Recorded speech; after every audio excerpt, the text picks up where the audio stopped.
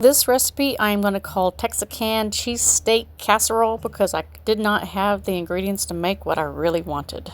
To start off with, you are going to roughly chop your onions. I am using a yellow onion because I like the way it tastes when it's caramelized. And please, for the love of Pete, wash your hands, especially if you're cooking for other people, but it's also just good hygiene. Make sure you wash your hands. You don't want cooties. I would advise doing this before you ever even get started. And on top of that, I would also wash your vegetables before you even use them because who knows who's touched them or what has been on them.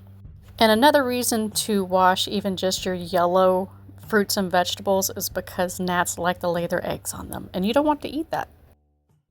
Now my bell peppers, I am just going to slice and dice. No seeds or stems, please.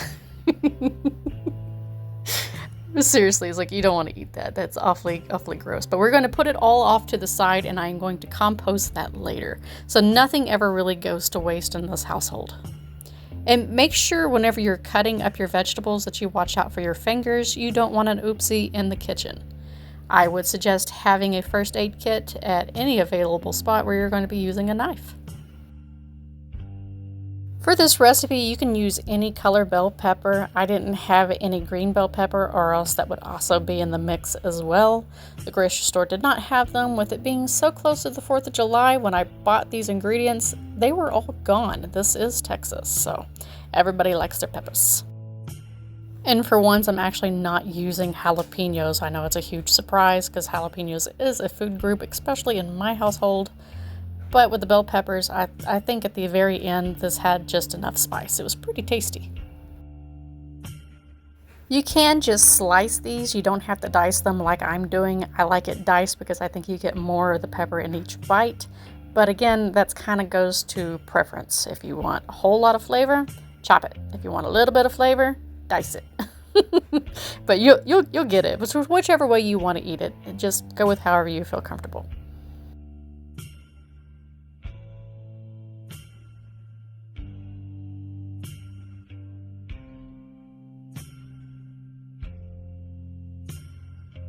I'm just going to remove it from the cutting board where I have space to cut my meat. And again, like I said earlier, if you're making other meals, you don't want to cross-contaminate. So I would normally clean off this cutting board with soap and water. But I'm going to go ahead and get my thinly sliced steak out and then I'm going to chop it even more. This was just some discount meat that we bought at Sam's. We ended up splitting it because there was an awful lot of food in one little case for $7. You can't beat that. So we ended up splitting it, rebagging it by itself, and we froze the half that we did not use, and we'll use that in a future video later. And again, this goes down to preference on how you want to cut your meat. You don't have to do it the way I'm doing it. Everybody has their own way. And please, for the love of Pete, watch your fingers. Next up, I am going to use my favorite pot. This was just a cheap one that I bought at the Walmart. We're just going to add a little bit of heat to the bell peppers, the onions, and the steak. We're going to go ahead and season it up and then cook it on medium. And we're going to do that until the onions kind of become a little opaque before we stick it into our casserole dish, or in my case, a small baking pan, and then layer it with cheese.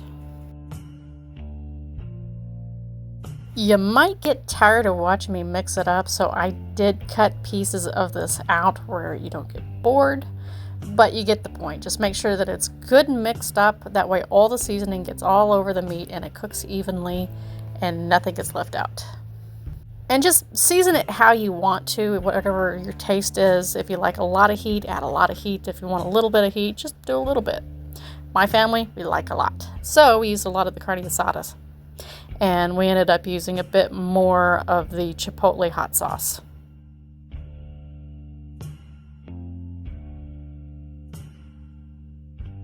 Now, I add garlic to everything. And I really like this minced garlic because all I really have to do is just a tablespoon and I'm pretty good. And I made a mess, but don't worry, I will clean it up.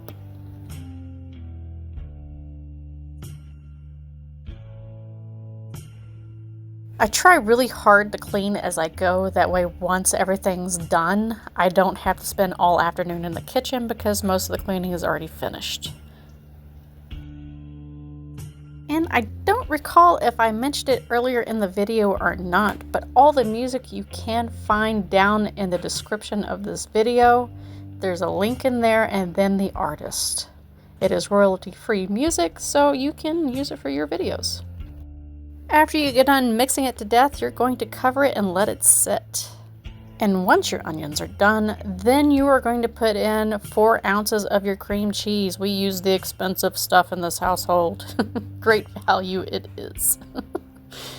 But only 4 ounces, and we're going to mix that in pretty good before we put it in our baking sheet.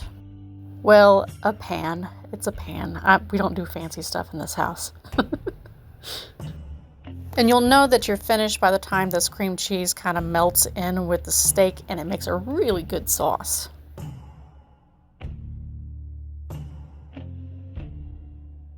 Because I'm always worried about things sticking, I'm going to add a little bit of olive oil before I put my mixture in.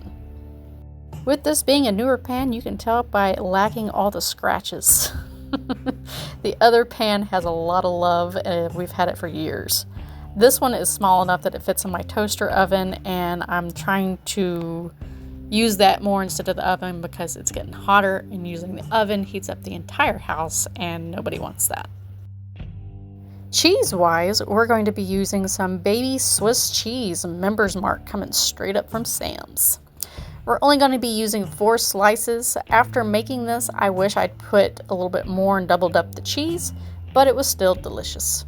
And you are going to cook this at 375 until the cheese melts, and that's usually about 20 minutes, give or take, but it was pretty good.